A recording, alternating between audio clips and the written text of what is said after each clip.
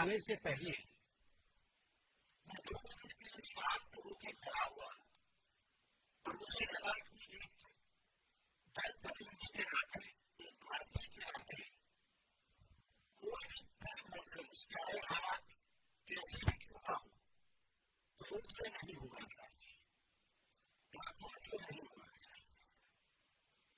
और आक्रोश केवल भारतीय जनता पार्टी के इस प्रवक्ता के हृदय में है, ऐसा नहीं है। आज कांग्रेस पार्टी के कुछ कार्यकर्ताओं ने राहुल गांधी के कहने पर जो किया है, उसका आक्रोश आज पूरे हिंदुस्तान के युवाओं में जनजीवन है।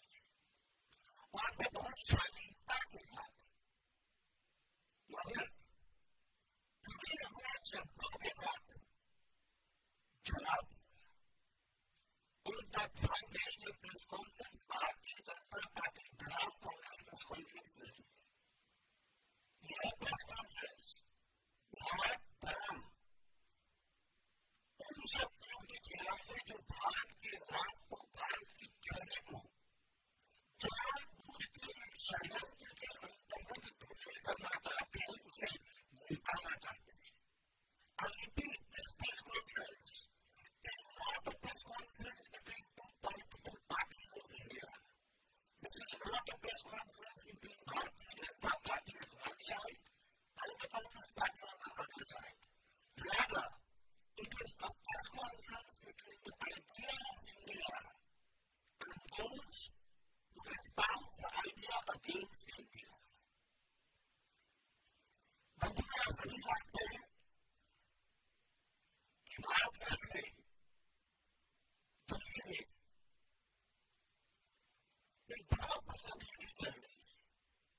भारत मंडपम में AI वर्ल्ड समिट चल रहा है और उसमें आज 4 लोगों की गिरफ्तारी हुई है जो यूथ कांग्रेस के लीडर्स के नाम में पढ़ता हूँ, जो गिरफ्तार हुए हैं। कृष्णा हरि यूथ कांग्रेस का नेशनल सेक्रेटरी है, कुंदन यादव बिहार यूथ कांग्रेस के सचिव, अजय कुमार उत्तर प्रदेश यूथ कांग्रेस का उपाध्यक्ष है और नरसिम्हा यादव यूथ कांग्रेस का नेशनल कोऑर्डिनेटर है। मैंने ये 4 नाम और उनका पद इसलिए बताया क्योंकि पद देखिए, कोई सचिव है, कोई अध्यक्ष है, ये छोटे कार्यकर्ता नहीं है, ये बड़े कार्यकर्ता है और बड़े पदों पर आसीन कार्यकर्ता है कांग्रेस पार्टी के। और ये रैंडमली है, इसी प्रकार अंदर घुस गए अफरा तफरी में ऐसा नहीं हुआ है। पूरे रिसर्च के साथ हम यहाँ आएंगे। इन कार्यकर्ताओं ने अपना रजिस्ट्रेशन कराया। रजिस्ट्रेशन करने के पश्चात रजिस्ट्रेशन पहले कराया, आज नहीं कराया। रजिस्ट्रेशन पहले कराया, बार कोड प्राप्त हुआ है।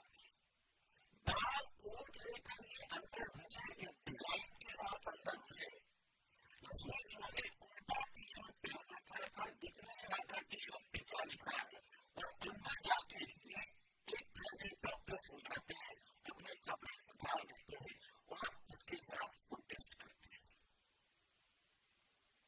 ये प्लानिंग कहाँ बनी थी?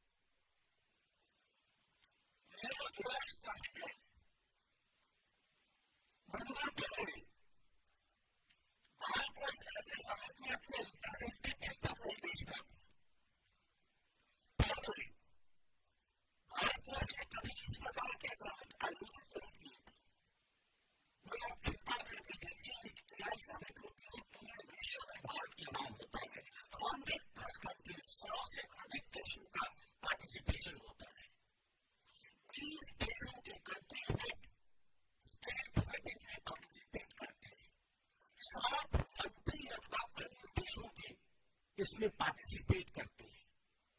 हजारों global CEOs, researchers, startups, policy makers इसमें ज्वाइन करते हैं। 2.5 लाख से भी अधिक विजिटर्स और जो रजिस्ट्रेशन करते हैं वो इस इवेंट में रिपोर्ट करते हैं। इसमें हजारों स्पीकर होते हैं, हजारों सेशंस होते हैं और एग्जीबिटर्स होते हैं। इसमें 300 से अधिक एग्जीबिटर थे जो 30 देशों से आके भाग लेते हैं। और इसमें कैसे लोग भाग लेते हैं आप देखिए। इस एआई समिट में मैं पूरी डिटेल्स में नहीं जाऊंगा, मैं मोटा मोटी बता रहा हूं क्योंकि आप सब जानते हैं, देश जानता है। कई दिनों से देश देख रहा है कौन भाग ले रहे हैं। हमारे प्रधानमंत्री नरेंद्र मोदी जी के साथ साथ फ्रांस के राष्ट्राध्यक्ष Emmanuel Macron, UN chief Antonio Guterres, global tech leaders like Sundar Pichai Google के, सैम अल्टमैन ओपन एआई के, डेमिस हैसाबिस डीप माइंड के, डैरियो एमोजी एंथ्रोपिक के, और भी कई नाम हैं। मैं सारे नाम यहां पढ़ना नहीं चाहता हूं। कहने का तात्पर्य है पूरे देश के हु इज हु, पूरे विश्व के who is who in AI participate करते हैं। और केवल पार्टिसिपेट नहीं करते हैं, वो क्या कहते हैं यह भी हमें सुनने और समझने की आवश्यकता है। UN secretary general Antonio Guterres कहते हैं India is giving voice to the global south in the AI era. Global south को अगर आर्टिफिशियल इंटेलिजेंस में कोई वॉइस दे रहा है तो उस देश का नाम इंडिया है, भारत है। इसके साथ ही इमैनुअल मैक्रोन कहते हैं India is becoming a central player in the global AI order. पूरे एआई ऑर्डर, विश्व में जो ग्लोबल ऑर्डर है उसमें भारतवर्ष आज केंद्र में स्थापित कर चुका है अपने आप को, ये फ्रांस के राष्ट्राध्यक्ष कहते हैं। सैम अल्टमैन ओपन एआई के, वो क्या कहते हैं? The future of AI must include India at its core. जो भविष्य है एआई का वो भारतवर्ष को मध्य में उसे रखना पड़ेगा। आज भारतवर्ष कितना इंपॉर्टेंट है। माइक्रोसॉफ्ट की लीडरशिप, ब्रैड स्मिथ जो इंडिया लीडरशिप है उनकी, उन्होंने क्या कहा? India will be one of the world's biggest AI talent engines, one of the biggest talent engines of AI. मेरे पास और बहुत सारे ऐसे बड़े बड़े, फॉर एग्जाम्पल अलेक्जेंडर वैंग जो मेटा के चीफ एआई ऑफिसर है। In India we can scale personal super intelligence very fast. सारे अध्यक्षों ने क्या कहा, सारे सीईओज ने क्या कहा, इसका पूरा का पूरा अंकन मेरे पास है। I have the script of most of the top leaders and the CEOs of the world who participated in the AI summit in Bharat Mandapam. And what they said about India, they said about India that India is the core. India has the possibility. India has the potential. India is doing fantastically well. यह सब पूरे विश्व का कहना था, मगर राहुल गांधी और Congress party, the traitors of the highest order, देश के सबसे बड़े गद्दार, रंग में भंग डालना इनका काम है। जहां देश आगे बढ़ेगा, जहां देश में खुशियों की रंग छाएगी, वहां वो भंग जरूर डालेंगे। ये गद्दार है। ऑपरेशन सिंदूर होगा, प्रश्न उठाया जाएगा। पाकिस्तान का गुणगान होगा, हिंदुस्तान की कमी निकाली जाएगी। स्ट्राइक होगा, हिंदुस्तान को धिक्कार कहेंगे और पाकिस्तान का जय जयकार करेंगे ये राहुल गांधी। और जब सर्जिकल स्ट्राइक होगा तो यही वो गद्दार है जो कौम की दलाली कहता है और पूरे विश्व में भारतवर्ष को अपमानित और बदनाम करने का प्रयास करता है। यही वो गद्दार है। He is the traitor who goes to foreign land, sits there in a seminar and says that the ruling dispensation of India is backed by an organization which is equal to Muslim terrorist organization. Boko Haram जो terrorist organization है, Islamist terrorist organization, उसके बराबर है। अगर ये गद्दारी नहीं है तो गद्दारी की डेफिनेशन क्या है? If this is not what traitors are, if this is not what traitorship means, what is the meaning of a traitor? Please tell me. Congress के लिए मेरे पास केवल 3 शब्द हैं. कांग्रेस के लिए मेरे पास केवल 3 शब्द हैं. Topless, brainless, shameless. Today they went topless, brainless.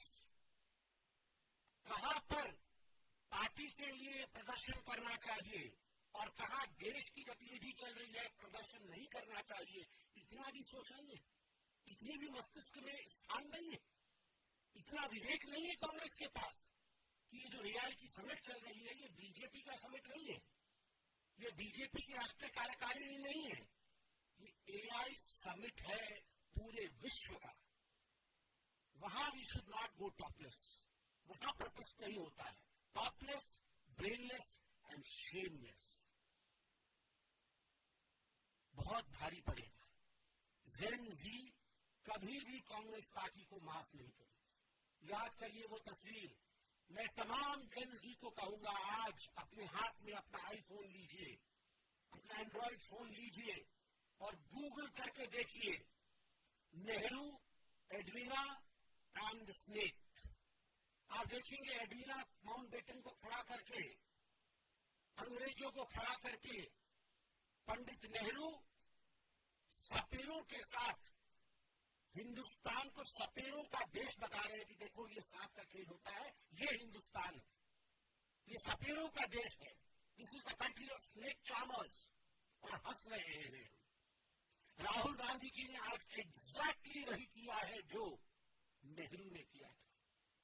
Nehru ने कहा था ये सपेरों का देश है और आज राहुल गांधी ने हमारे युवाओं के स्टार्टअप्स को, हमारे युवाओं के आर्टिफिशियल इंटेलिजेंस के इंडस्ट्री को, हमारे युवाओं के परफॉर्मेंस को नकारा है इस प्रोटेस्ट के माध्यम से. Both Nehru and Rahul Gandhi have done to India and are doing to India, which is nothing but treachery.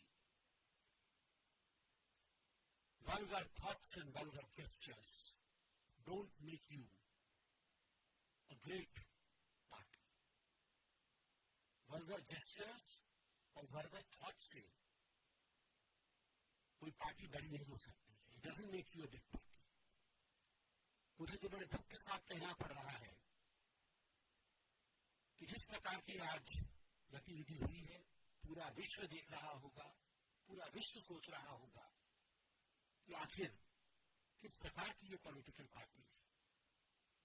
प्रधानमंत्री के लिए मैं सुन रहा था कॉम्प्रोमाइज्ड पीएम करके अंदर घुस रहे थे. कौन कॉम्प्रोमाइज्ड है? सारे के सारे लीडर जिनके बेल पे बाहर है, मुचलके पे बाहर है, 5,000 रुपए के मुचलके पे मां बेटे बाहर है, नेशनल राइट की. कौन कॉम्प्रोमाइज्ड है? जिस राहुल गांधी के ऊपर इस देश के एक सम्मानित अदालत पर नागरिकता के प्रश्न को लेकर केस चल रहा है कि वो भारत के नागरिक है कि नहीं. मुझे तो पूरा शक है इस घटना के पश्चात कि वास्तविक रूप में ये केस जब कंक्लूड होगा तो क्या धमाका होगा. वास्तविक रूप में वो इस देश के नागरिक की तरह तो बिहेव नहीं कर रहे हैं. Rahul Gandhi is not behaving as a citizen of this country. And there is a case going on one of the courts of India where Rahul Gandhi is to prove that he is an Indian because किसी petitioner ने ये petition डाला है कि वो हमारे देश के नागरिक नहीं है. तथ्यों के साथ डाला है ऐसा बोला जा रहा है, मीडिया ने बोला है. और मीडिया के साथ ही शायद आप देखे नहीं होंगे, मुझे लगता है आप लोग जरा एक्स पे देख लें.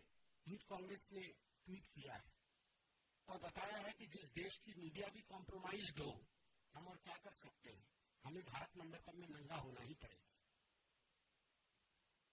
वो आपको भी कॉम्प्रोमाइज बता रही है. Media compromised, judiciary compromised, election commission compromised, PM compromised. और जो लोग डोकलाम के समय चाइना के टेंट के नीचे चाउमीन खा रहे थे और देश के सीक्रेट बेच रहे थे, ये देशभक्त